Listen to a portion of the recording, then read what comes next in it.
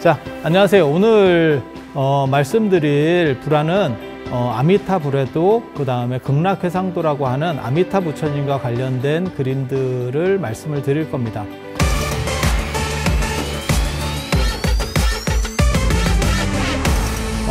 가장 먼저 이야기가 돼야 될 것이 극락이라고 하는데요. 신약에서는 극락이라고 번역하고 예전에는 안양이라고 번역을 했었습니다. 그래서 경기도 안양시 같은 경우가 극락이라는 거고, 불국사에 가면 안양문이라고 있어요. 그래서 그것도 이제 극락. 그래서 불국사에 가면 안양문, 자하문 이렇게 두 개의 문이 있는데, 그 안양문을 넘어가면 아미타 부처님을 만나게 되는 거고, 자하문을 넘어가면 이제 석가모니 부처님을 만나는 대웅전, 그런 구조라고 보시면 되겠습니다. 극락이라고 하는 세계는 사후 세계가 아닙니다. 우리랑 똑같은 수평 세계예요. 단 서쪽에 있다고 해서 서방 극락 세계라고 하는 거고요. 그 다음에 서쪽에서 한 10만억 국도 떨어져 있다는 거예요. 부처님의 세계들이 여러 개가 있고, 그 중에서 10만억 개를, 지금 우리가 살고 있는 이 세계를 사바세계, 석가모니 부처님께서 예전에 계셨었고, 지금은 이제 지장보살님이 주관을 하시고, 나중에는 미륵 부처님이 오시는 이 사바세계에서 10만억 개의 또 다른 부처님 세계를 건너가면 거기가 극락이라고 하는 세계고, 가장 좋은 세계라고 보시면 됩니다. 그리고 극락이라고 하는 데는 일반적으로 죽어서 가는 세계, 그런 세계 아닙니다. 그냥 산 사람들이 사는 세계. 특히 부처님의 세계라고 하는 거는 인간계에만 부처님은 출현을 하세요. 그래서 그것은 천상도 아니고, 그 다음에 사후 세계에서 어떤 좋은 세계, 이런 세계는 절대 아닙니다. 단지 인간들이 사는 세계 중에서 가장 좋은 세계, 그러니까 전 우주에서 어떻게 보면 가장 기쁨이 많고, 그 다음에 가르침이 있는 세계. 불교에서의 이상세계는 일반적인 유신론적 종교는 신과 함께 하는 세계가 이상세계라면, 불교는 가르침이 있고 그것을 통해서 깨달음으로 나아가는 점진적인 세계. 그래서 극락에서의 가장 큰 특징은 아미타 부처님을 필두로 해서 깨달음에 이르도록 계속 후퇴함이 없이 전진해 간다라고 하는 그런 수행자의 모습이라고 보시면 되겠습니다. 극락에 대해서는 우리가 현실적으로 볼 수 있는 건 아니고요. 극락에 대한 모든 정보는 석가모니 부처님께서 신통을 통해서 보고 말씀하시는 걸 기준으로밖에 할 수가 없어요. 그래서 직접적인 정보들은 아니고 간접 정보밖에 될 수가 없고요. 그렇게 나와 있는 경전들이 대표적인 걸 정토 삼부경,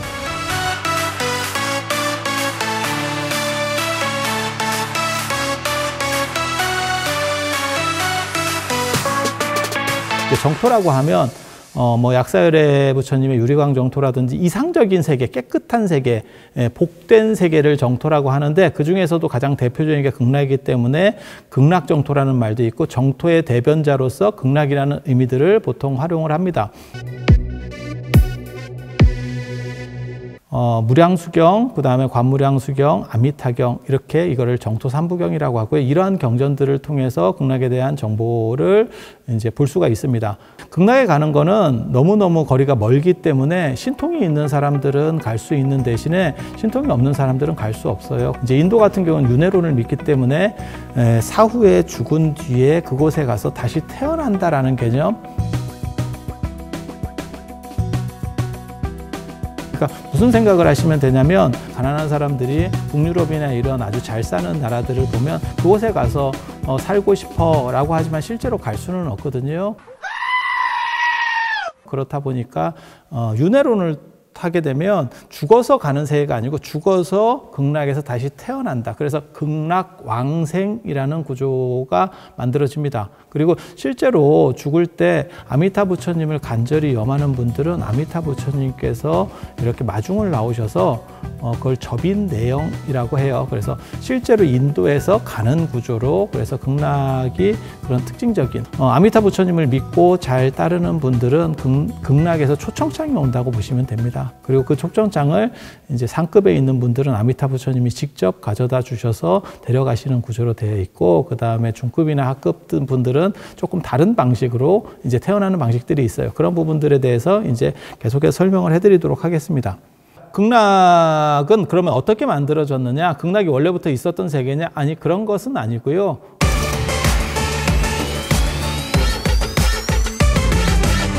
무량수경이라는 경전을 보면 원래는 정광열애라고 하는 분이 있었고 옛날 얘기입니다. 호랑이 담배 피고 놀던 시절에 그 다음에 광원열애, 뭐 월광열애 이렇게 해서 쭉쭉쭉쭉쭉 왜 이러는 걸까요?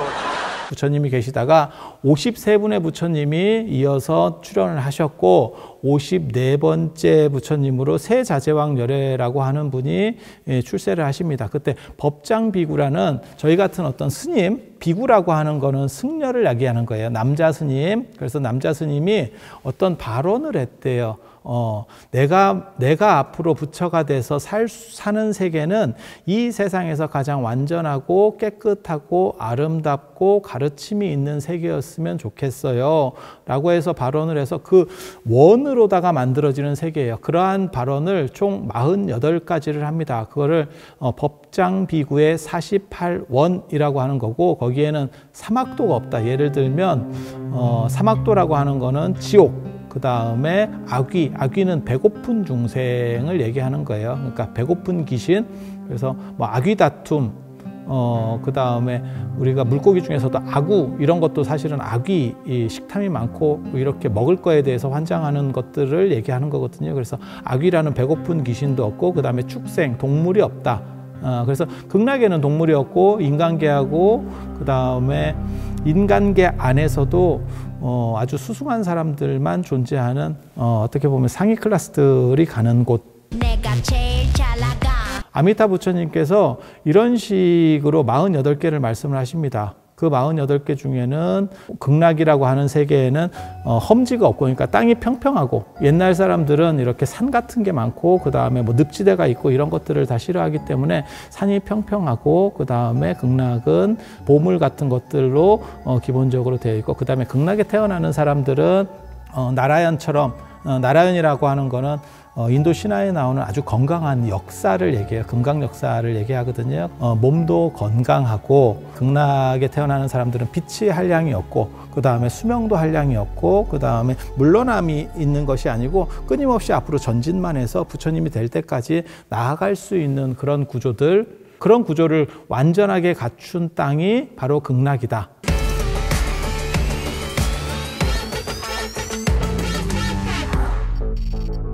그리고 이 극락에 관련된 48가지 48원 중에 하나가 그 유명한 18원, 18번째 서원이에요. 그게 아미타 부처님, 나무 아미타불이라고 하는 아미타 부처님께 귀의합니다를 10번 이상만 하면 그 연결고리를 통해서 하이패스로 극락으로 갈 수 있다라고 하는 구조가 있어요. 이건 나중에 이제 아미타불 연부를 하게 되는 우리가 그러한 배경이 되는 그러한 서원입니다. 이러한 총 48가지를 기본적인 틀을 가지고 하나의 세계를 이분이 수행을 해서 만드는 거예요. 법장비구가. 그거를 오겁이라고 하는 무진장 긴 시간 동안 당신이 디자인한 세계를 만들어 갔대요.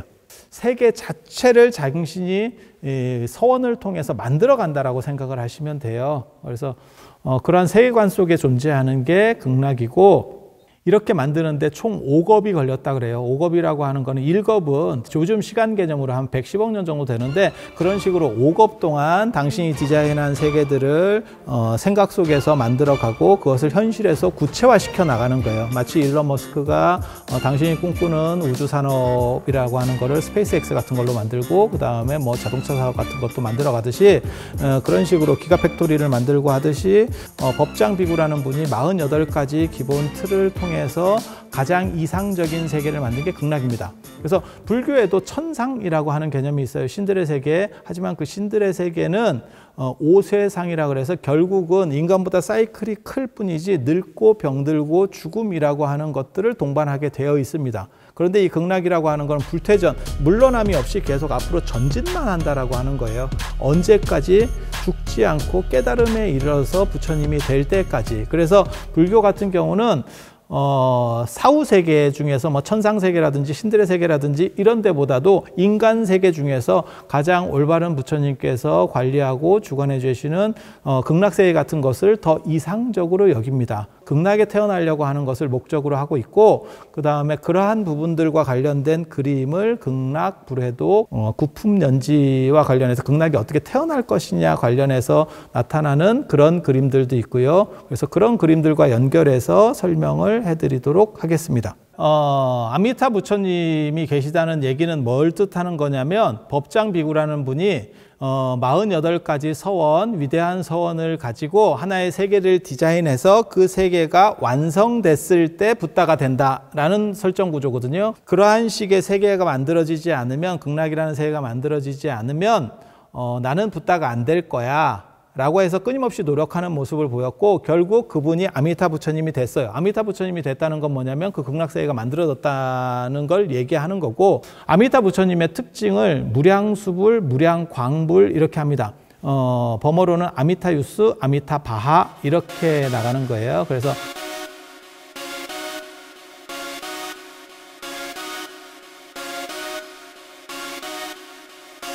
아미타 유수는 무량수라는 뜻이고, 그 다음에 아미타 바하는 무량광이라는 뜻이에요. 그래서 그 앞부분에 겹치는 이미지들을 이렇게 단어를 취해서 아미타 불 이렇게도 부르고, 그 다음에 무량수불, 무량광불 이렇게도 부르는데, 무량수불이라고 하는 거는 예전에는 우리가 이제 오복이라고 할 때 상서 홍범편에 보면 수, 복, 강령, 유호덕, 고종명 이렇게 수를 첫째로 꼽았어요. 지금처럼 오래 사는 시절이 아니었기 때문에 무량광이라고 하는 이미지보다는 무량한 수명 쪽을 더 좋아해서 현재는 아미타전, 극락전 이렇게도 쓰지만 무량수전이라고 하는 것도 있죠. 가장 대표적인 게 이제 부석사의 무량수전.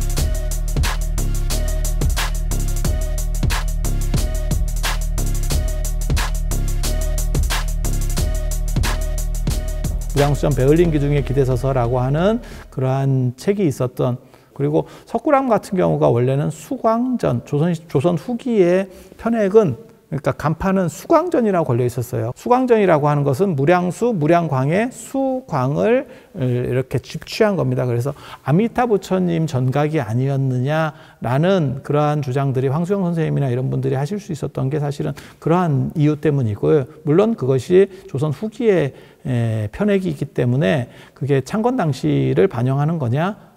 그것은 아닐 거다라고 해서 논점들이 많이 있긴 있었습니다. 수광이라고 하는 의미는 실제로 아미타 부처님을 나타낸다.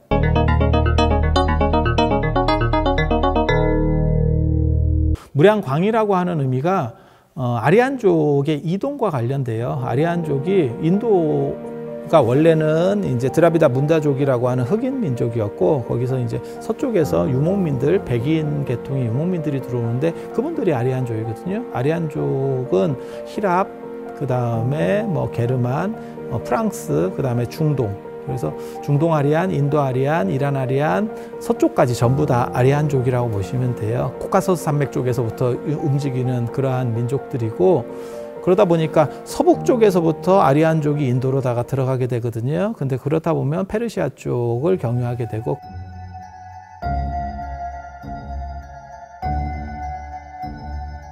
거기서 이제 광명사상, 밝은 빛, 조로아스터교라든지 이러한 밝은 빛과 관련된 부분들이 어느 정도 영향을 미쳤을 것이다 라는 게 이제 추정이고요. 그게 무량광이라고 하는 빛의 이미지들이 강력하게 나오는 부분들이라고 보시면 되겠습니다.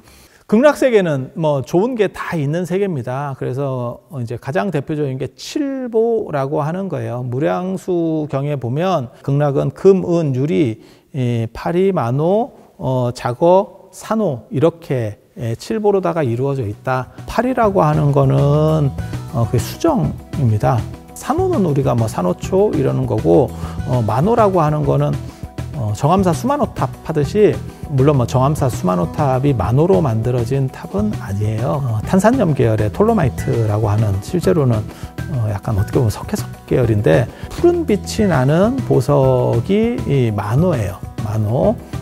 자거는 자개 자개농 같이 그렇게 해서 여러 빛이 나는 조개 껍질을 작어라고 하는 거거든요. 그런 칠보로다가 기본적으로 이루어져 있다라고 하는 게 극락의 기본 바탕이고, 칠보설은 여러 가지가 있습니다. 진주가 들어가는 경우도 있고 호박이 들어가는 경우도 있고, 호박은 아시다시피 송진이 굳어서 가는, 그다음 중국에서는 호랑이의 정신 뭐 이렇게 보는 거고요. 그다음에 뭐 진주야 뭐 다 조개에서 나오는.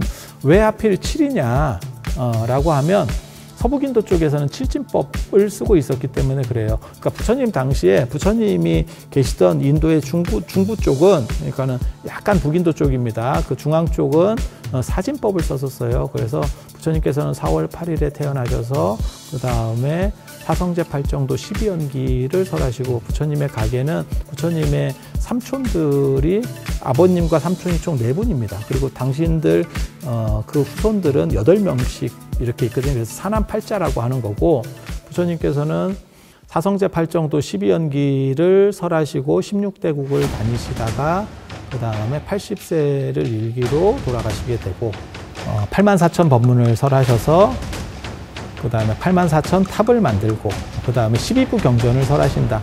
부처님의 가르침의 카테고리는 12개다. 그래서 전부 다 4의 배수로다가 맞춰져 있어서 그건 사진법 체계라는 것을 알 수 있습니다. 그래서 인도는 사진법을 그 당시에 썼었고, 부처님 당시에 썼었고, 이런 진법 체계에서 흥미로운 것은 4가 기본이 되면 4의 제곱, 그러니까는 16은 완전 숫자가 돼요. 지금 현재 십진법을 쓰니까 10 곱하기 10, 100이 되면 온, 100온 이렇거든요. 온전하다라는 개념이 되고, 그 다음 100 곱하기 100 하면 만, 그러면 만사, 만물, 만생, 대한민국 만세 하듯이 만은 온전하다, 모든이라는 뜻이 되는 거고, 그럼 사진법 체계에서는 4사 16이 그런 의미를 가집니다. 그래서 16대국이라는 것도 그렇고, 실제로 뭐 대지도론이나 이런 데 보면 16분의 1에도 미치지 못한다라고 하는 게 인도의 상투적인 비유법이에요. 이건 게임도 안 된다.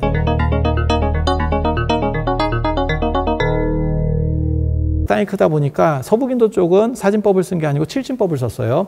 그 칠진법을 쓰는 문화 전통에 입각해서 이 7이라는 숫자들이 굉장히 많이 나옵니다. 극락에는. 극락은 서북 쪽 인도와 관련된 문화 배경을 바탕으로 해서 이야기가 전개가 되고 있어요. 그래서 칠보수, 칠보지, 칠공덕수, 그 다음에 칠보궁전, 그 다음에 칠난간, 그러니까 나무도 칠보로 되어 있고, 그 다음에 칠중으로 되어 있고, 칠중으로 건물들도 다 만들어져 있는 이러한 특징들, 그러니까 계속 칠자가 반복되는 거예요.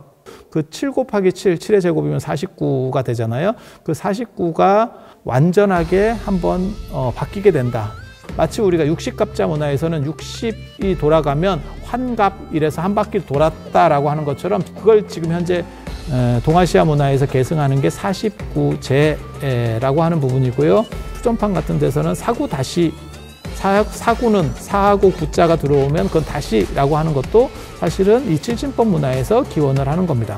서북인도 쪽 배경을 가지고 있는 이 아미타 부처님과 관련된 극락세계, 서방 극락이잖아요. 서방 극락. 아리안족의 민족 이동 루트 플러스 그것과 관련된 광명사상, 빛의, 밝은 빛의, 페르시아에 있었던 뭐 조라스터교나 이와 비슷한 그러한 광명사상도 섞여 있고, 그 다음에 칠진법 문화. 그리고 그 칠진법은 사실 거슬러 올라가면 메소포타미아나 그 다음에 중동하고 연결이 돼요. 그래서 마치 기독교에서 하나님이, 그러니까 여호와가 6일 동안 천지를 창조하고 7일 동안 7일째 쉬었다, 뭐 이런 식의 칠진법 문화 구조도 나오는 것도 사실 다 연결점을 가진다고 이해하시면 되겠습니다. 아미타 부처님과 관련된, 그 다음에 극락세계와 관련된 여러 가지 그림들이 있습니다.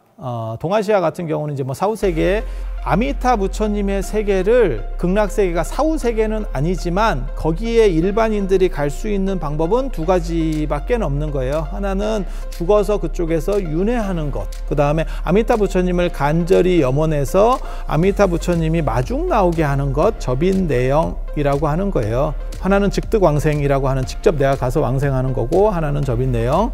그렇지만 그게 다 죽음을 통해서 간다라고 하는 방식 때문에 극락을 사후세계로 인지하는 경우들이 있습니다. 하지만 절대 사후세계는 아니고요. 그리고 이 극락과 관련된 그림들, 사람들이 죽음과 관련돼서 이것을 이해하고 했지만 결국 그 세계에서 사는 시간이 훨씬 더 긴 거죠. 기독교로 얘기하면 어떤 믿음이 투철한 사람이 현재에서는 우리가 한 100년도 못 살지만 사실 천국에 가게 되면 영생하게 되는 구조니까 저쪽이 더 본질이야 라고 생각하는 사람들이 있는 것처럼 동아시아에도 극락에 가면 영생, 그 다음에 그 영생을 바탕으로 해서 부처님이 될 때까지 수행하는 구조들이 존재한다 라는 생각을 했을 때 그쪽이 어떻게 보면 더 본질이고 이거는 잠깐 왔다 가는 세계 아닐까. 사마천의 사기에 보면 마치 인생이라고 하는 것은 사두마차를 타고 성문을 통과하는 것처럼 빠른 거야 라고 하는 그런 구조 속에서 이해하시는 분들도 있어요. 극락에 대한 인기라고 하는 것은 전 시대를 통해서 언제나 있었던 그런 부분들이고, 그렇다 보니까 극락과 관련된 그림들이 많이 나올 수밖에 없습니다. 그래서 극락 정토를 그리는 그림, 아미타 부처님을 관련된 그림, 가장 기본적인 거는 아미타 불회도라고 해서 영산해상도가 석가모니 부처님을 중심으로 해서 그 주변인들을 그린 그림이라면, 아미타 불회도는 아미타 부처님을 중심으로 하는 주변인에 대한 그림입니다. 그렇게 이해를 하시면 되고, 극락은 사후세계는 아니지만 사후라고 하는 부분과 관련해서 갈 수밖에 없는 그러한 이중구조가 존재합니다. 그러니까 보통 사람이 신통이 있고 만약에 능력이 출중하다면 극락에는 막바로 갈 수가 있어요. 우주로 얘기하면 다른 우주로 간다라고 생각을 하면 돼요. 그 세계를 기술이 좋으면 갈 수도 있겠죠. 뭐 화성에 가듯이, 안 그러면 달에 가듯이, 그런 거는 우리가 가능한 영역이라고 생각하잖아요. 하지만 완전히 우주가 다른 우주를 간다라고 하면, 아주 멀리 떨어진 우주를 간다라고 하면 지금 현재 인류가 가지고 있는 과학기술로는 견적이 안 나오죠. 그런데 그것을 윤회를 통해서 그쪽으로 간다라고 하는 개념이 존재하기 때문에 사후를 통해서 그곳에서 재생하는 거예요. 즉득왕생. 아미타 부처님을 간절하게 염하고 이런 분들은 죽음을 통해서 즉득 왕생한다라고 하는 구조가 존재하는 거고, 아미타 부처님을 염한 것들이 많이 있는 분들은 아미타 부처님께서 직접 그 사람을 죽을 때 마중을 나오세요. 그렇게 해서 직접 데리고 가서 거기서 환생을 시켜줍니다. 그거를 임종내영이라고 하는 거거든요. 그러니까는 아미타 내영도라고 하는 것은 사실은 거기서 나오는 그림이에요. 그래서 아미타 부처님께서 고려불화 같은 데 보면 이렇게 망자에게 손을 내밀면서 우리 같이 가자라고 하는 모습들이 표현이 되어 있는 것을 볼 수 있습니다. 자, 극락과 관련된 그림들 이야기를 해드릴게요. 그래서 아미타 불회도라고 하는 것은 아미타 부처님을 중심으로 해서 아미타 부처님과 관계인을 그린 거라고 보시면 돼요. 그래서 영산회상도가 석가모니 부처님과 그 주변인들을 그렸다면, 아미타 불회도는 아미타 부처님을 중심으로 하는 아미타 부처님의 주변 인물에 대한 그림입니다. 그런데 문제는 석가모니 부처님 같은 경우는 실존했었던 인물이고, 그 다음에 아미타 부처님 같은 경우는 우리가 직접 볼 수 없는 석가모니 부처님의 말씀에 의지해서 단편적인 정보만을 들을 수밖에 없는 구조예요. 그렇다 보니까 내용이 자세하지 않습니다. 아미타 불회도도 영산회상도하고 구조적인 모습은 거의 비슷하고 중간에 부처님이 좀 바뀌는 듯한 그러한 양상들을 기본으로 갖추고 있다라고 이해하시면 돼요. 영산회상도에 나오는 뭐 사천왕이라든지 10대 제자라든지 보살들은 8보살이 나오는데 8보살은 영산회상도하고는 달라요. 요 8보살 외에 그 호법이라고 할 수 있는 제석천 범천이 등장하거나, 안 그러면 사자왕, 코끼리왕, 사왕, 상왕이라고 하는 거고요. 용왕, 용녀가 등장하는 이러한 구조들은 상당히 유사합니다. 불화의 기본 특징은 석가모니 부처님을 중심으로 하는 영산회상도가 기본 구조가 되고 거기에서 가감된다라고 이해를 하시면 되겠습니다.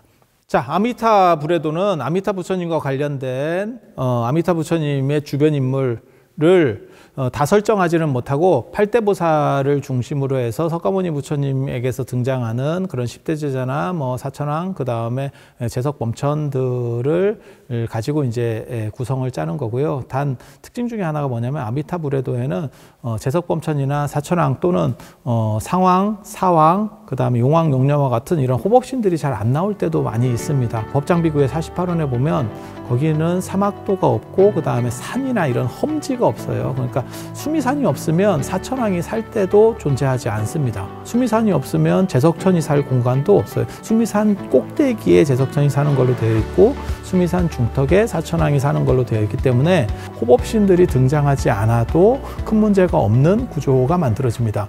그게 이제 아미타 불에도의 가장 큰 특징 중에 하나고요. 아미타 부처님의 극락세계는 완전한 세계이기 때문에 굳이 그것을 호법으로 할 필요성 자체가 없어요. 그러니까 나쁜 것들이 그것을 어떻게 한다라고 하는 염오시킬 수 있는, 오염시킬 수 있는 구조 자체가 원천적으로 차단되어 있다. 그렇기 때문에 호법이 등장하는 경우도 있고 등장하지 않는 경우도 있다라는 정도를 이해하시면 되겠습니다. 극락과 관련된 것은 아미타 부처님에 대한 신앙이기도 하지만 내가 극락에 간다라고 하는 개념이 존재하는 거예요. 그래서 극락을 어떻게 이해할 것이냐, 아미타 구품도라고 하는 거예요.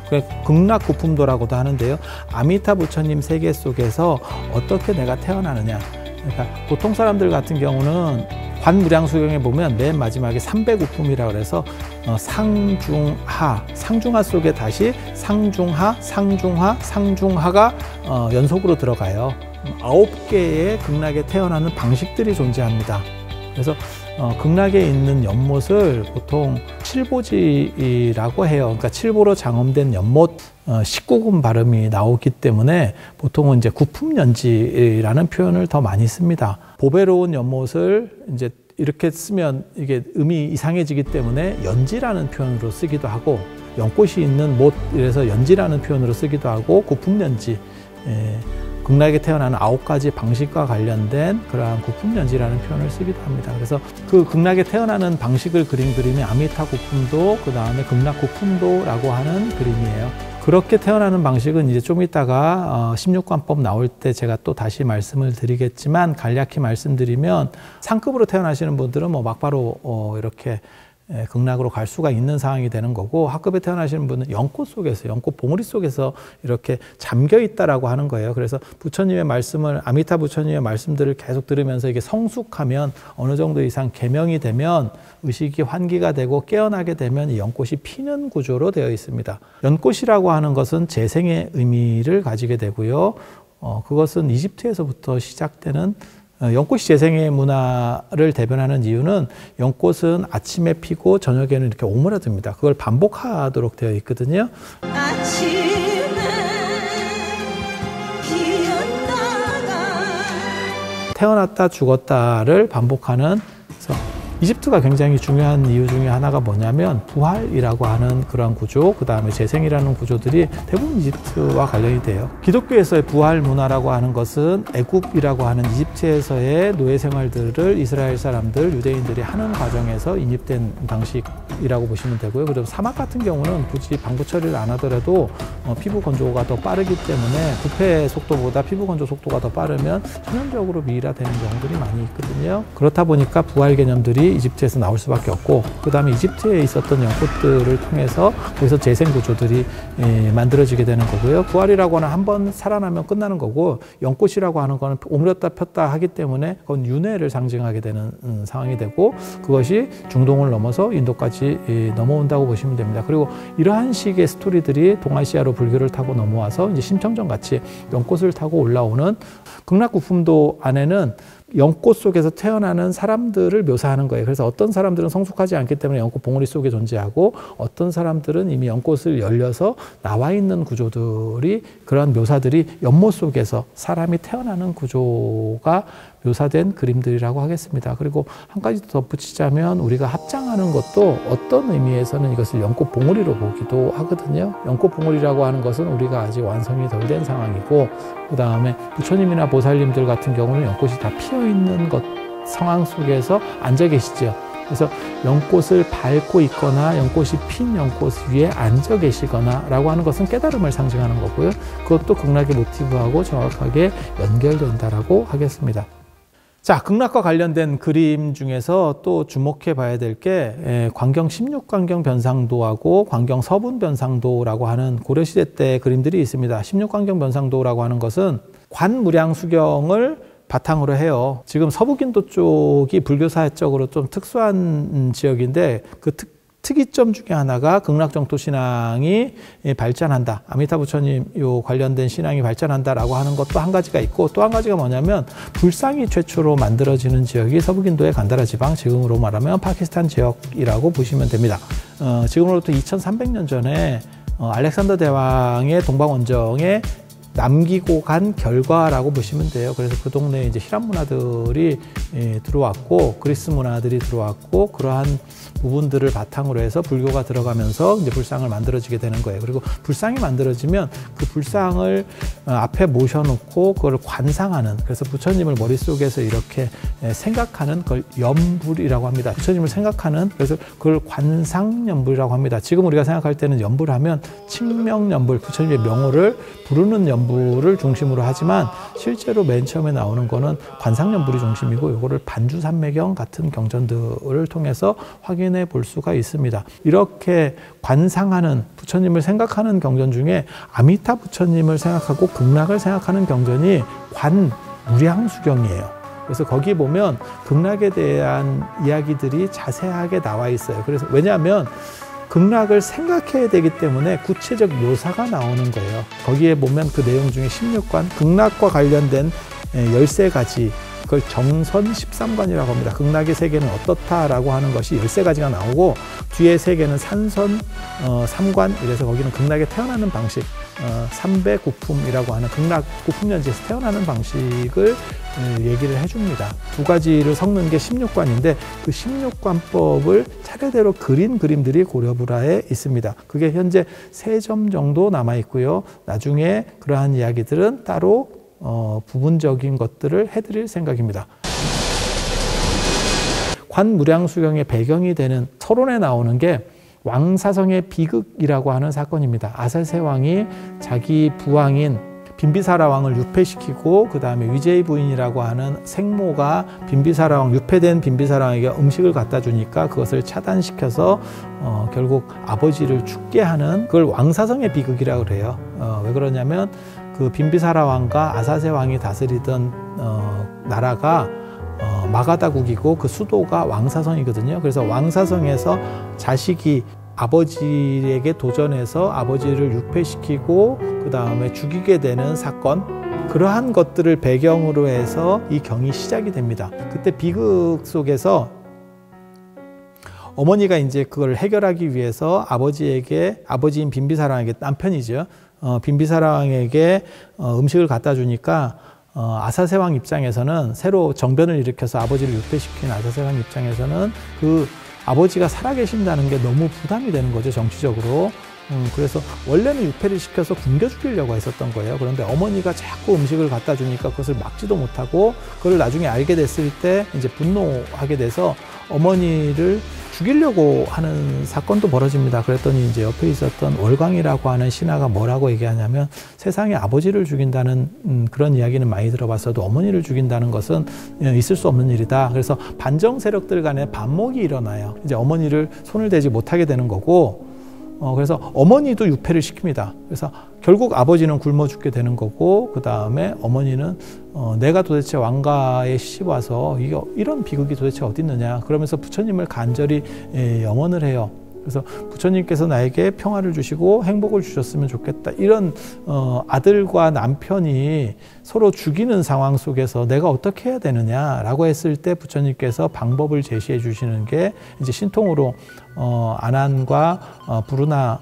사리불, 이러한 존재들을 보내셔서 가르침을 주시는 거예요. 그 가르침이 뭐냐면 극락의 정토, 이상적인 세계가 있는데 그 세계의 아미타 부처님 세계를 생각해라. 그게 불국토다. 거기에 가면 남편과 자식이라고 하는 서로 죽고 죽이는 현실 세계 속에서 도저히 융합될 수 없는 구조들까지도 전부 다 하나로다가 융합돼서 살 수 있는 부처님의 참된 세계가 존재한다. 내용적으로 자극적이기도 하고 교훈적이기도 하고, 그 다음에 왜 부처님께서 극락이라고 하는 이 세계가 아닌 이상 세계를 설하실 수밖에 없었는지에 대해서 이야기해 주는 구조이기 때문에 그것을 따로 그린 그림을 관경서분 변상도라고 합니다. 그게 고려불화의 2점이 남아 있어요. 이 부분에 대해서도 나중에 제가 따로 설명을 해드리도록 하겠습니다. 자, 구품연지에 태어나는 그런 이야기를 조금만 더 해드릴게요. 구품연지 속에서 극락에 태어나는 사람들이 전부 가서 태어나느냐? 그것은 아닙니다. 16관경에 보면 16관 중에서 13관은 이제 명상하는 거예요. 극락세계를 명상하는, 그래서 태양이 지는 것들을 바라보면서 명상을 하고, 극락세계의 땅을 명상하고, 극락세계에서 관세음보살님을 어떻게 생겼다라고 하는 것을 명상하고, 대세지보살을 명상하고, 극락세계의 나무, 그 다음에 극락세계에 존재하는 대지, 이런 것들을 다 명상을 통해서, 그게 이제 16관법에서 앞에 나오는 13개까지, 그걸 정선 13관이라고 하는 거고, 맨 마지막에 3개의 3관은 이제 산선 3관, 그 산선 3이 다시 각각의 1, 2, 3으로다가 다시 쪼개져요. 그러면 이제 구품이 되는 거고, 상품, 상생, 상품, 중생, 상품, 하생, 이렇게 한 세트가 상품 세트고, 그 다음에 중품, 상생, 중품, 중생, 중품, 하생, 하품, 상생, 하품, 중생, 하품, 하생. 그러니까 상중하, 상중하가 이중으로 겹친다고 보시면 돼요. 요거는 이제 그래프로 한 방에.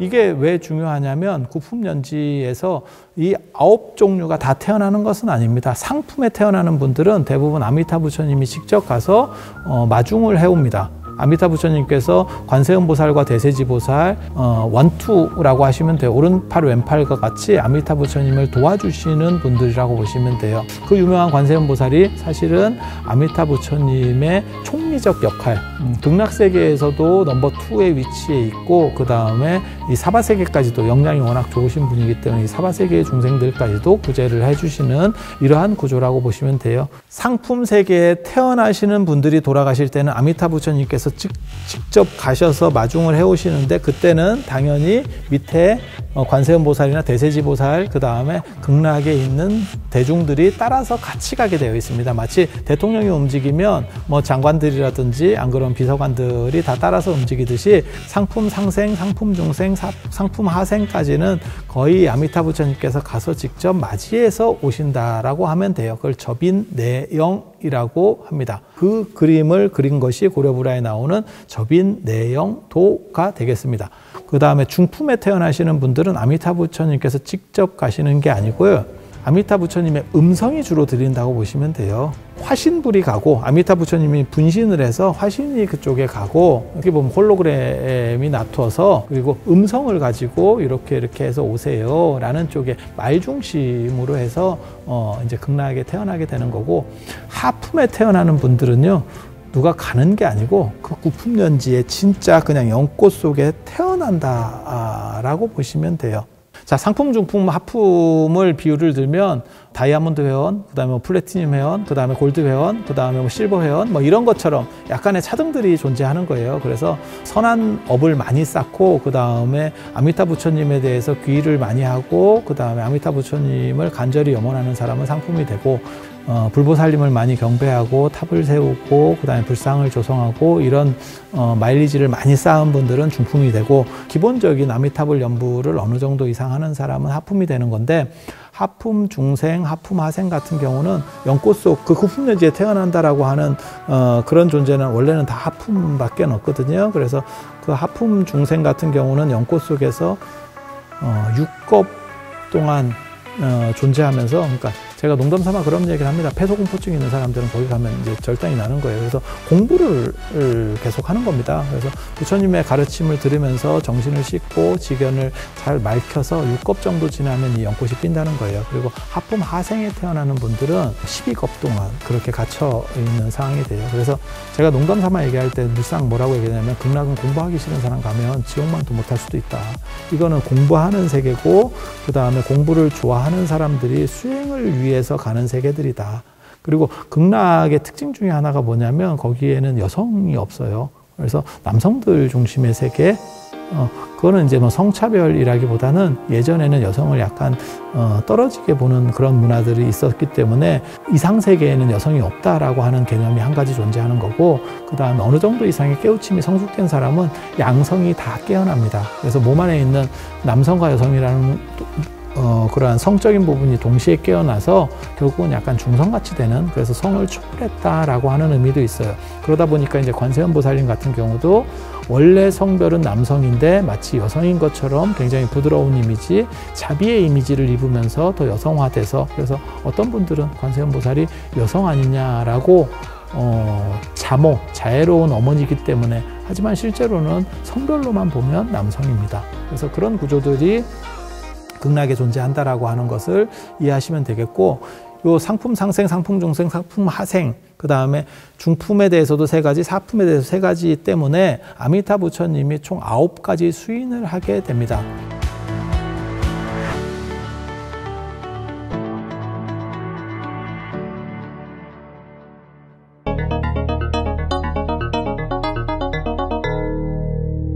부처님 같은 경우는 형상은 똑같기 때문에 수인을 통해서 그분의 위치, 그 다음에 나타내려고 하는 표현들이 좀 다릅니다. 수인이라고 하는 건 손 모양이에요. 그래서 석가모니 부처님 같은 경우는 오른손을 밑으로 내리는 항마 촉진을 하게 되는 거고, 그 다음에 비로자나 부처님 같은 경우는 이렇게 왼손을 오른손으로 감아쥐는 직권인 같은 것을 하게 되는 거고요.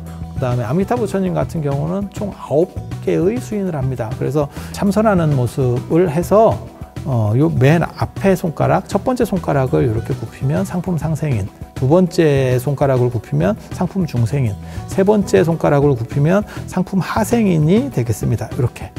참고로 말씀드리면 인도식 룰은 오른손을 왼손 위에 올리는 거고요. 그 다음에 동아시아 룰은 왼손을 오른손 위에 올리는 방식이 되겠습니다. 그리고 중품 상생인 같은 경우는 이렇게, 그러니까 상생, 중생, 하생, 중품 상생, 중품 중생, 중품 하생. 아까 여기서도 선정인에서 상, 중, 하, 손가락만 움직이는 거예요. 이렇게 손가락만. 상, 중, 하, 상, 중, 하, 상, 중, 하, 이렇게. 잼잼, 곤지곤지, 짝짝. 네, 그리고 하품 상생이는 이렇게, 하품 중생이는 이렇게. 그러니까 수인의 차이는 없다라고 보시면 되고, 이 손가락만 상중하를 나누는 거예요. 그렇게 해서 하품 하생은 이렇게 3번째. 그래서 보통 우리나라에 존재하는 거의 대부분의 절대 다수의 아미타 부처님은 하품 중생인을 취하고 있습니다. 이걸 이제 속칭 뭐라고 사람들이 얘기하냐면 돈내나 수인, 동전 수인이라고 많이 얘기를 합니다. 그리고 원래는 상품 상생, 일본 같은데 뭐 가마쿠라 겸창대불 같은 경우도 상품 상생인을 하고 있어요. 근데 상품 상생인, 상품 중생인, 상품 하생인, 예전에는 실제로 사람이 돌아가실 때 전각 안에 9분의 아미타 부처님의 수인을 달리해서 모셔놨던 경우들도 있습니다. 그러면 임종을 맞이한 분은 그 가운데 전각 중앙으로 들어가서 거기서 실로다가 9부처님의 손과 자기의 손을 연결하고 주변 사람들이 아미타 부처님 연부를 해주세요. 그래서 아미타 부처님 연부를 하다가 임종을 하게 되면 극락으로 간다. 희한하게도 우리나라에서는 하품 중생인으로 통일이 되고, 아미타 부처님 아마 하품 중생인만 있고 나머지 수인들은 거의 보기가 어렵습니다. 하품 중생인이 어떻게 보면 소박한 거예요. 최고 이제 갈 수 있는 단계로 6겁 동안 연꽃 속에 쌓여 있는 하품 중생인, 굉장히 좀 어떻게 보면 답답한 건데 왜 이걸 선택했는지는 저도 정확하게는 잘 모르겠습니다. 그런데 손모양으로 봤을 때 이게 상당히 유려해서 이런 것들이 표현이 되지 않았나라는 정도의 추정은 해봐요. 왜냐하면 삼존부를 모셨을 경우에는 가운데 석가모니 부처님을 모시고 가운데 석가모니 부처님의 좌측에 해당하는 데가 동쪽이 되거든요. 석가모니 부처님 남쪽을 보시기 때문에, 그래서 좌측에 이제 동방약사열애불, 그다음 서쪽에 아미타 부처님을 모시는데 양쪽으로 배치했을 때 손을 들고 있는 게 상대적으로 전체적인 조형 구조 속에서 좀 더 유리했기 때문에 이러한 특징이 잡힌 게 아닌가라는 정도의 추정만 해보고 있습니다. 자, 아미타 부레도를 보면 맨 밑에 사천왕이 배치가 되어 있어요. 영산회상도하고 똑같은 방식으로 사천왕이 배치가 되어 있다고 보시면 됩니다. 그래서 비파칼, 용탑 이런 구조로 되어 있는데, 이 아미타 부레도에서 가장 특징적인 것 중에 하나는 방제가 쓰여 있는, 방제라고 하는 거는 이름표예요. 이름표. 존상의 이름표를 쓰는 거는 사실은 정상적이지는 않는데 가끔 이렇게 쓰는 경우들이 있습니다. 사실 일반적으로는 사찰에서도 부처님 앞에 이름 쓰는 경우가 있는데 그것은 올바른 경우는 아닙니다. 왜냐하면 지존이나 존귀한 분들은 이름이 없어요. 그러니까 학교를 가면 선생님은 이름표를 안 붙이고 학생이 이름을 붙이는 거예요. 이렇게 가끔 누군지를 나타내 주기 위해서 이름을 옆에다가 쓰는 경우가 있어요. 그걸 방제.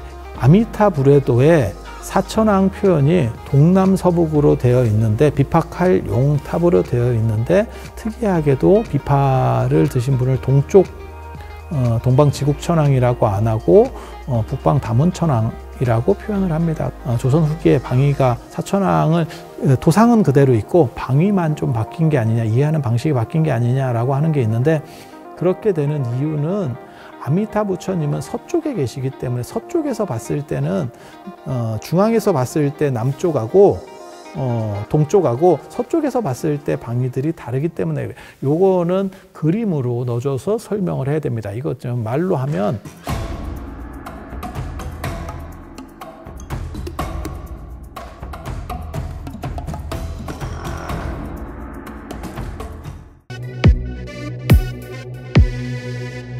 아미타 부처님이 계시는 극락세계는 서쪽이기 때문에 서쪽에서 보면 이 방위가 그대로 맞아요. 그러니까 틀린 방위가 맞는 방위예요. 보는 시각에 따라서 뭐하고 똑같은 거냐면 내가 볼 때 이쪽은 남쪽이 되는 거고 그쪽 카메라 쪽에서 입장에서 볼 때 이쪽은 북쪽이 되는 거죠. 그러니까 서로 간에 남북이라고 하는 개념 단어는 다르지만 실제로는 일치하는 방위죠. 그래서 그렇게 생각하시면 돼요. 그래서 아미타 부처님 중심으로 방제가 나온다는 것은 그 방위를 아미타 부처님을 중심으로 이해해서 그렇다.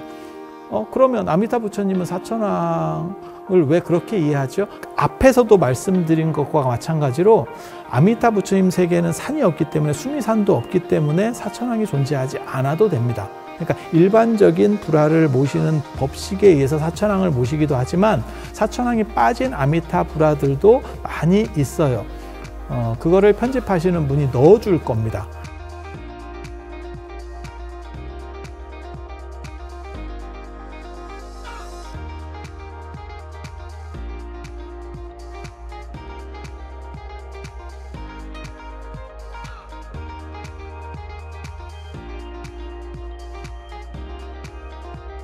그렇게 해서 보면 사천왕은 필수가 아니에요.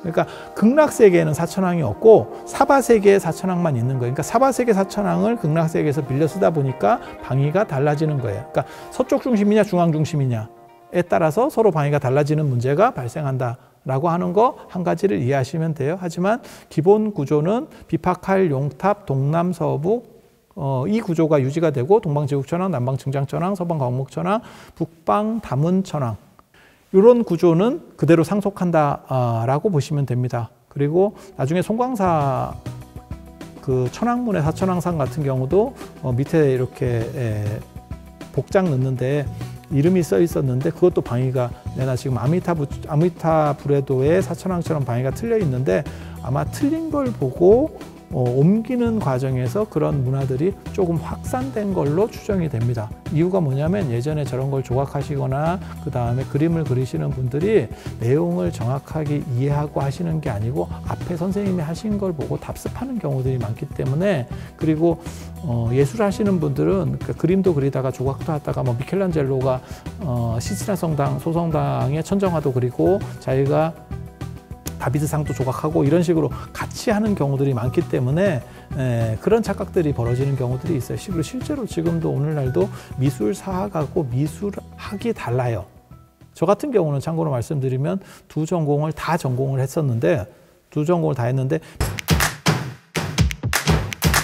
미술학이 실기 중심이면 미술사학은 눈하고 입으로만 해서 그 내용을 감별하는 거예요. 그러니까 시로 얘기하면 한 사람은 시를 짓는 시인이고 한 사람은 시를 품평하는 사람이라고 보시면 돼요. 그래서 품평하는 사람은 내용을 알지만 그림을 그리지 못하고, 그 다음에 그림을 그리는 사람은 내용에 대해서 약간 부족한 경우들이 많이 있습니다. 그래서 이러한 문화들이 조선 후기에 특히 장인들 그 다음에 이런 불모들을 약간 이렇게 낮추어 보던 시절에 더 발생하게 되는 그런 오류라고 이해를 하시면 되겠습니다. 그래서 아미타 불에도의 사천왕은 필수가 아니고 거기에는 방위에 따른 차이들이 존재하고 있다라는 거 이해하시면 되고, 자, 아미타 불에도의 중간을 보게 되면 이제 가장 아미타 부처님은 지금 이제 하품 중생인을 하고 계시고 그 주변으로 해서 배치되는 게 아미타 8대 보살입니다.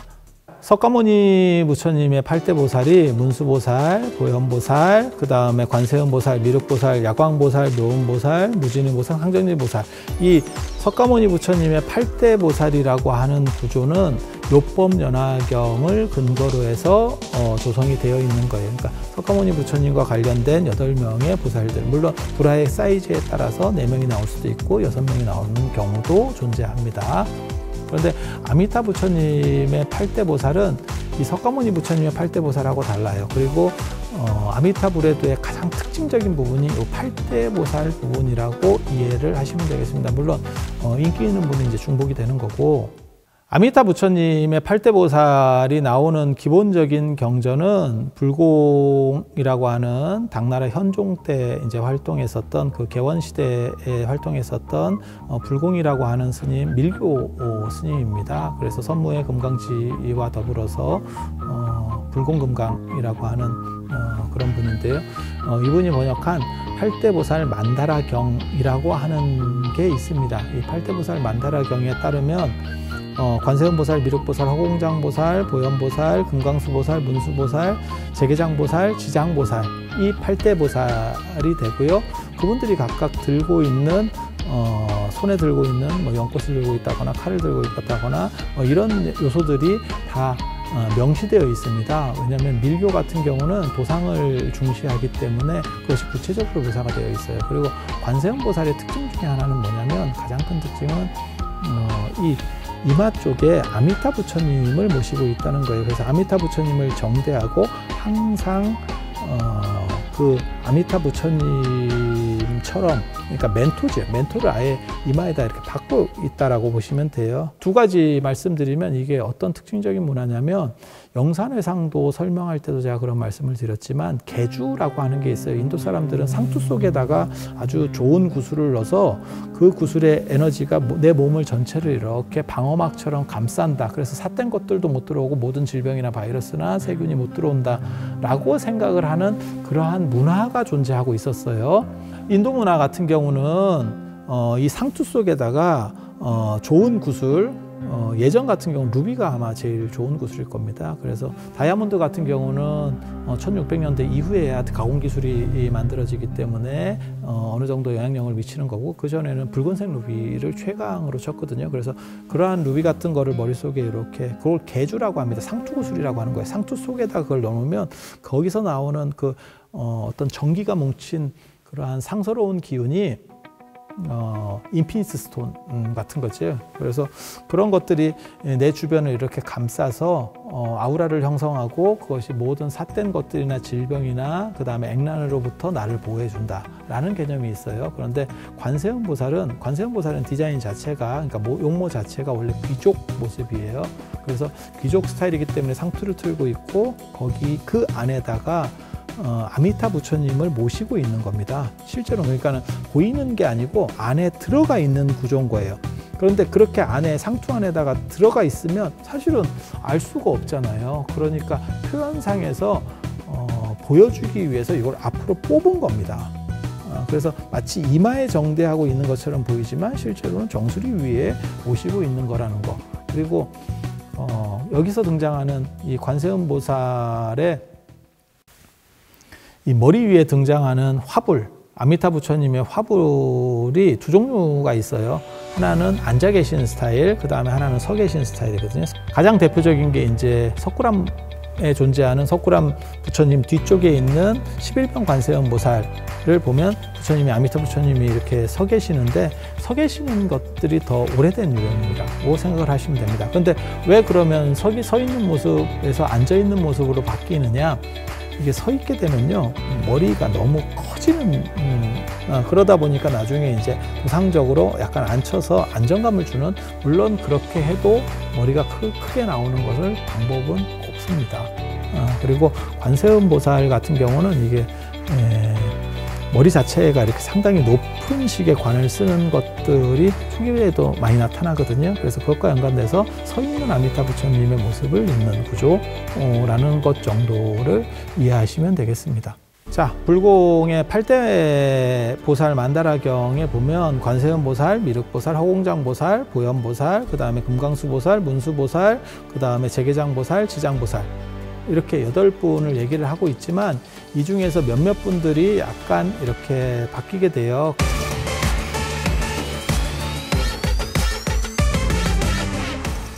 팔대보살 만다라경에 나오는 8보살과 그 다음에 아미타 팔대보살의 차이점을 보면 허공장보살 대신에 대세지보살이 들어가고 금강수보살 대신에 금강장보살이 들어가요. 근데 금강수보살이나 금강장보살은 비슷한 보살이라고 생각을 하시면 돼요. 금강절을 들고 있는 보살, 손에 금강절을 들었거나 금강절을 잡고 있거나 뭐 마찬가지입니다. 그거를 금강수나 금강장이라고 했을 거고, 허공장보살 대신에 대세지보살이 들어가는 이유는 아미타 부처님을 중심으로 해서 좌우보처가 관세음보살과 대세지보살이기 때문에 대세지보살을 뺄 수가 없죠. 인기순위라든지 인지도에서 약간 밀리는 허공장보살이 빠지게 되는, 보살 사이에서도 인지도나 인기는 참 중요하다 라는 거를 보여주는 단적인 예라고 보시면 되겠습니다. 그래서 밀리면 빠집니다. 우리 그런 거 있잖아요. 아이돌 그룹에서도 누구 한 명이 빠졌을 때 팀이 와야 되는 경우가 있고, 빠져도 잘 돌아가는 경우가 있고, 빠졌을 때 채워넣는 경우가 있고, 이게 참 다르거든요. 그래서 인생이라고 하는 게 어떻게 하느냐 참 중요한 거예요. 그리고 그거는 보살 세계도 그렇다더라. 자, 아미타 부처님의 8대 보살과 관련해서 관세음보살 같은 경우는 이마에 좌불이든 입불이든 아미타 부처님을 모시고 있는 게 가장 큰 특징이라고 보시면 되고, 손에는 연꽃이나 정병이라고 하는 거는 인도에서 수행자들이 들고 다니는 물병이라고 보시면 돼요. 조관이라고 하는 거고, 이제 군지라고도 하는데요. 이렇게 거는 형식으로 이렇게 드는 방식이 제일 많습니다. 그러니까 보배병 형식이 아니고, 수월관음도에 보면 그 정병 그림들이 같이 나와요. 예전에는 관세음보살 그림, 관세음보살을 모시는 정각, 고려시대까지만 하더라도 관세음보살을 모시는 정각에는 이 정병을 따로 조성을 해서 모셔놓는 게 일반 법식이었었어요. 그래서 그런 정병들이 많이 현재도 남아있고, 국립중앙박물관 같은 데 가면 이미지가 있으니까 그거를 사진을 딱 찾아서 이렇게 딱 넣거나.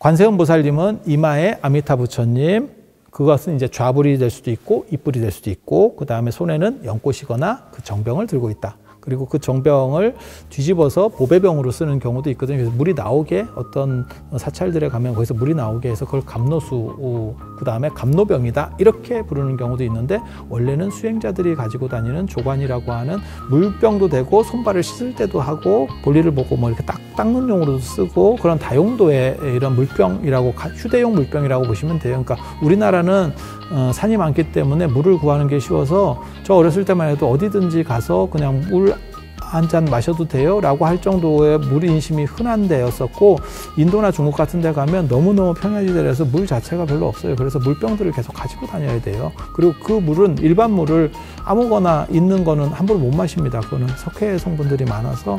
그래서 자기가 쓸 수 있는 물을 좀 들고 다니는 그런 문화들이 있어요. 그걸 이제 물병, 정병, 깨끗한 병, 깨끗한 정수가 들어있는 병, 그림에는 거기에 이제 버드나무 잎 같은 게 이렇게 꽂혀 있는 경우도 있고, 그래서 그러한 물을 가지고 이제 버드나무 잎에다 적셔서 이렇게 뿌리면 정화한다, 주변을 정화한다.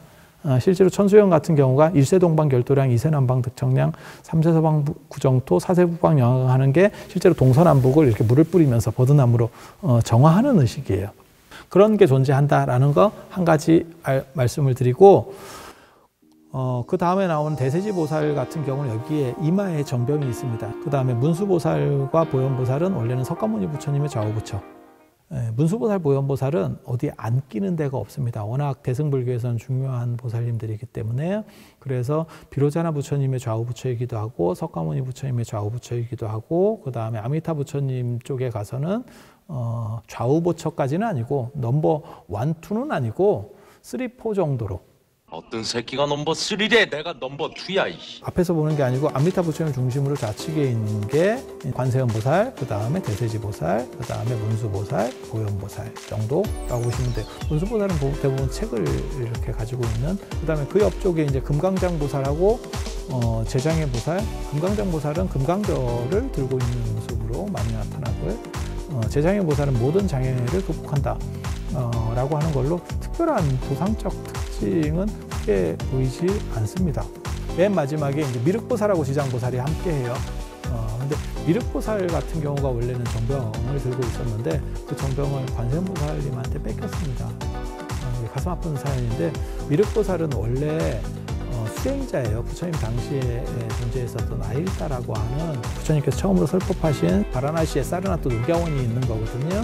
거기에서 부처님께 수기를 받고, 수기는 네가 다음 생에 붓다가 될 거야 라고 하는 부처님 당선인 신분을 확보받는 거예요. 도솔천이라고 하는 하늘세계, 천상세계에 계시면서 당신이 이제 당선인 신분으로 인수위원회를 구성해서 지금 준비하고 있는 상황이라고 보시면 되겠습니다.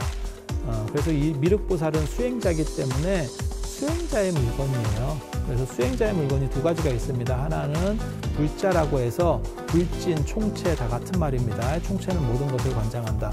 그 다음에 불진, 더러운 것을 떨어낸다 라고 하는 거거든요. 그래서 털이개 같은 그건 수행자들이 인도 같은 경우는 불살생 중심이기 때문에 자기가 안고 걷는 데서 벌레들이나 이런 게 있으면 그거를 쓸어내는 역할도 하고요. 그 다음에 더운 지역이기 때문에 날파리 같은 것들이 많이 이렇게 사람에게 오는 경우들이 있어요. 그걸 쫓아내는 이런 용도로도 씁니다.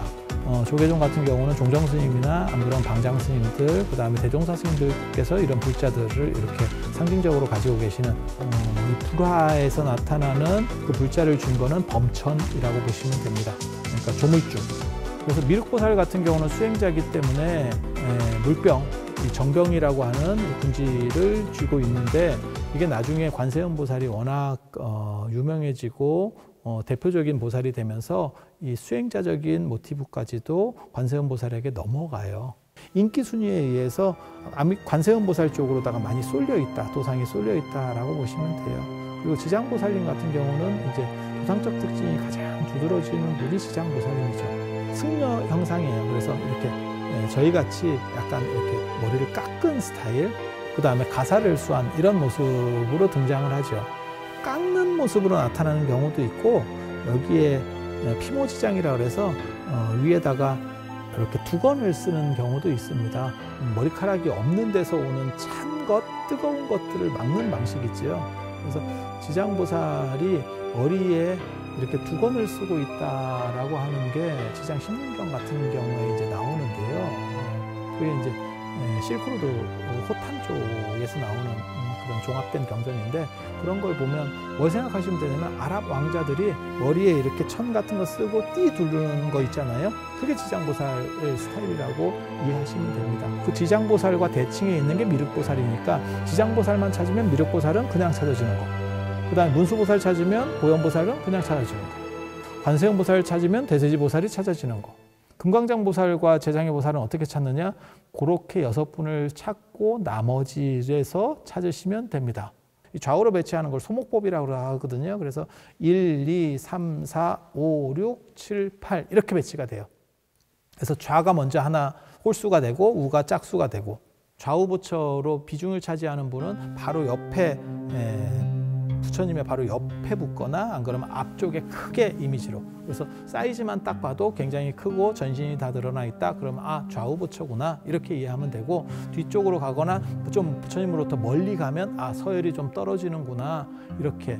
지금하고 똑같아요. 누구와 더 가깝냐, 일총관계가 누구냐 라고 생각을 하시면 딱 이해하기가 좋습니다. 그래서 불화 안에서도 누가 일촌이고 누가 가깝고 누가 멀고를 그냥 거리로다가 따지시면 돼요. 전에 영산회상도 말씀드릴 때도 제가 그런 말씀을 드렸지만 주대종소법이라고 해서 주인공 그 다음에 비중이 큰 인물들은 점점 크게 그리고 그 다음에 비중이 작은 분들일수록 더 작아요. 그러니까 그건 실제 사이즈랑 전혀 무관하게 크기 차이를 통해서 비중의 차이를 눈으로 시각적으로 볼 수 있게 해주는 그러한 작용을 하나 하고, 그 다음에 중앙으로 들어갈수록 당연히 메인입니다. 뭐 아이돌로 치면 가운데에 원탑이 쓰죠. 그래서 딱 그런 식으로 생각을 하시면 되겠습니다. 아미타 8대 보살 좌우에 이제 여기도 아까 말씀드린 사천왕과 더불어서 나타나는 경우도 있고 안 나타나는 경우도 있어요. 그리고 그 두 분이 이제 좌제석, 우범천. 제석천이라고 하는 거는 이제 신들의 왕, 실제로 하느님에 해당하는 우리가 삼국유사 보면 석재 환인, 그 환인이 석재가 제석이에요. 그래서 우리의 환인 신앙이 제석천 신앙과 결부됐다라는 것을 알 수 있는, 그다음에 범천이라고 하는 건 조물주입니다. 그래서 제석천은 금강재를 들고 있고 범천은 이제 불자를 들고 있고, 그래서 제석천은 귀종 모습, 원래는 범천은 수행자 모습인데 나중에 고려시대까지는 그런 양상들이 좀 유전되다가 조선시대에 오면 다 섞여서 똑같이 생겼다는 거. 그래서 언뜻 보면 보살과도 비슷하게 보이지만 사실은 보살보다 약간 크기가 작고 그 다음에 얼굴색이 피부톤이 약간 다릅니다. 그래서 그런 걸 가지고 구분할 수 있고, 맨 바깥쪽에 보살들이 그려져 있다면 맨 바깥쪽에 있고, 그 다음에 맨 바깥쪽에 없으면 그림에서 빠진 겁니다. 보살들의 사이즈를 보고 대충 이게 보살인지 아니면 제석천, 범천을 넣었는지를 알 수 있는 구조라고 이해하시면 되겠습니다. 자, 아미타불에도의 상단 부분으로 가면 10대 제자가 있어요. 10대 제자인지를 알 수 있는 방식은 머리가 이제 삭발형인가를 보면 되고, 10대 제자라고 하는 것은 아미타 부처님의 10대 제자는 아니고요. 석가모니 부처님의 10대 제자를 빌려서 쓴다라고 생각을 하시면 돼요. 그렇게 되는 이유는 아미타 부처님과 관련된 내용들은 석가모니 부처님께서 일부만 말씀하신 거기 때문에 그 구체성이 좀 떨어지는 거죠. 기본 도화는 영산해상도를 가지고 했기 때문에. 그래서 석가모니 부처님의 10대 제자가 들어가 있고, 자, 10대 제자는 지난번에도 말씀드렸고요. 여기 10대 제자가 나오고 있죠. 이 10대 제자 순서라고 하는 것은 굉장히 중요합니다. 왜? 그 10대 제자 순서가 안 바뀌어요. 10대 제자 순서가 안 바뀐다는 것은 도상을 이해할 때 그 순서대로 좌우로, 우리가 8대 보살 얘기할 때도 좌우로 얘기한 것처럼 얘기하면 된다라는 거기 때문에, 단 여기서 이해해야 될 게 석가모니 부처님의 10대 제자 중에서 원투 제자는 지혜제일 사립을 신통제일 목건년이에요. 하지만 이 두 분은 석가모니 부처님께서 만년에 석가모니 부처님보다 연세가 많았기 때문에 먼저 돌아가십니다. 그래서 그걸 이제 부처님의 세 가지 비극이라고 얘기하는 거거든요. 부처님 72세, 73세 때 제바달다라고 하는 사촌 동생이 부처님께 대해서 반기를 들고 교단으로부터 이탈하려고 했었던, 그다음 부처님을 시해하려고 했었던 그 비극적인 사건이 하나 있고, 그 사건과 연결된 게 저 앞에서 얘기했었던 왕사성의 비극 사건이에요. 그 다음에 나오는 사건이 부처님의 친족이라고 할 수 있는 석가족의 멸망, 아사세 왕에 의한 석가족의 멸망이 있고, 요 뒤에 일어나는 사건, 그래서 부처님 한 75세 이후 정도, 75세에서 그 이후쯤에 발생했을 거라고 생각하는 그런 정도 추정되는 사건이 바로 사리불목건년, 부처님의 수제자인 사리불목건년이 먼저 부처님 앞에 돌아가시는 그런 사건입니다. 그래서 이분들은 수제자긴 하지만 먼저 돌아가시기 때문에 교단을 상속하는 것은 넘버 3라고 할 수 있는 왕사성 출신의 마하가섭이에요. 그래서 마하가섭이 앞에 나오고, 마하가섭 다음에 부처님의 교단을 이끌었던 분이 부처님의 사촌 동생이고 부처님보다 한 25세 정도, 23세에서 정확하게는 한 27세 정도 연하인 안한존자입니다. 그래서 이 두 분과 관련된 이야기들이 아유광경이나 아유광전이나 이런 얘기 보면 이런 법의 상속, 그 다음에 교단의 상속이라고 하는 개념들이 나오고, 이것이 나중에 동아시아에서는 선불교에 의해서 28조 전등설인데, 그러다 보니까 우리나라하고 중국은 원투로다가 석가모니 부처님의 좌우에 원투로다가 마하가섭과 그 다음에 안한존자가 나옵니다. 참고로 말씀드리면 티베트 불교나 동남아시아의 불교는 완투에 사리불목건년이 나옵니다. 그래서 도상적인 차이가 있어요. 그래서 선종회에서 도상이 약간 영향을 받아서 뒤틀려 있다더라.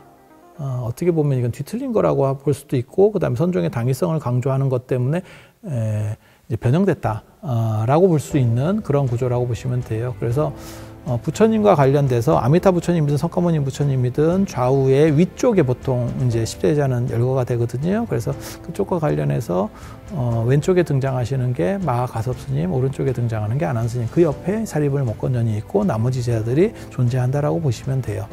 마하가섭 같은 경우는 연세든 노인으로 묘사가 되고, 그 다음에 도상적인 특징으로 보면 안한존자 같은 경우는 젊은 비구의 모습으로, 그러니까 총기 있고 젊은 모습으로 되지만 실제로 두 사람의 나이 차이는 채 5살이 되지 않는다는 정도. 단 도상적인 특징상 마하가섭 존자는 지혜롭다라는 걸 상징하기 위해서 연세가 많게, 그건 동아시아 문화의 특징입니다. 나이 든 사람이 늙었다라고 하는 것이 지혜롭다라고 연결되는 거는 노자 같은 경우에서 볼 수 있어요. 마하가섭이 나중에는 노자에 필적할 만한 사람으로 동아시아에서는 등장을 합니다. 그래서 마하가섭이 이렇게 변화되는 게 노자다, 뭐 이런 얘기까지 있을 정도의 스토리가 있기 때문에 노자도상하고 상당히 연결점을 가지고 변화가 돼요. 노인에다가 머리가 약간 솟아있는, 이게 도교에서 머리가 좋은 걸 표현할 때 머리를 약간 솟게 만드는 게 있어요.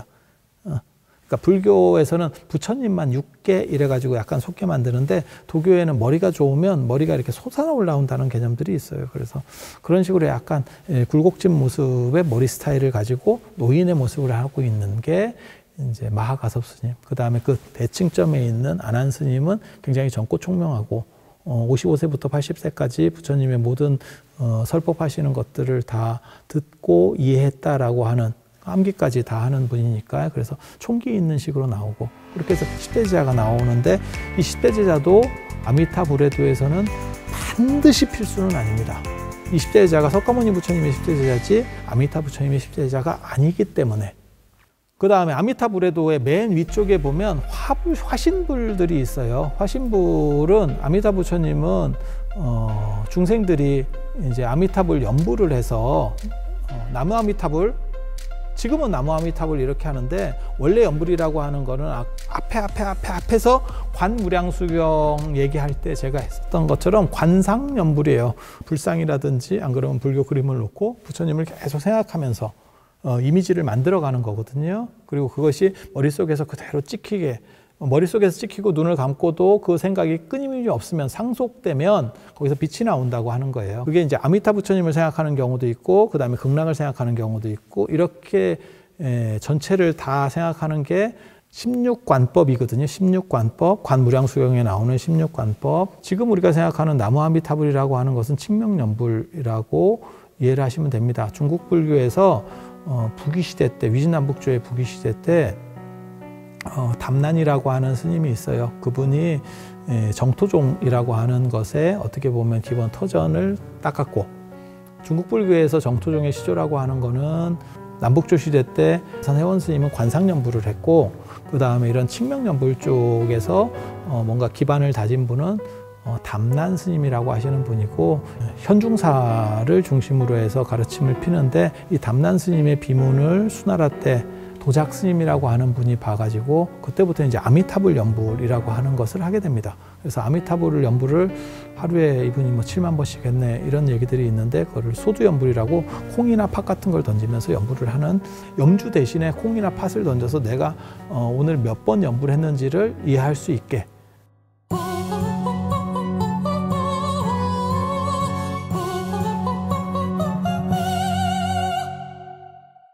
아미타불을 연불한 거는 이 도작 스님이 최초라고 보시면 되고, 그 다음에 이 도작 스님의 제자 중에 당나라 때 선도 스님이라고 계시는데, 이 선도 스님이 정토종의 완성자입니다. 이분이 나무 아미타불이라고 하는, 지금 우리가 알고 있는 이 나무 아미타불의 구조를, 여기서 나무는 귀의한다라고 하는 뜻이에요. 그래서 아미타 부처님께 귀의합니다 라고 하는 나무 아미타불의 구조를 완성시켜서 칭명연불을 집대성한 사람, 이게 이제 선도 스님이라고 하시는 분이에요.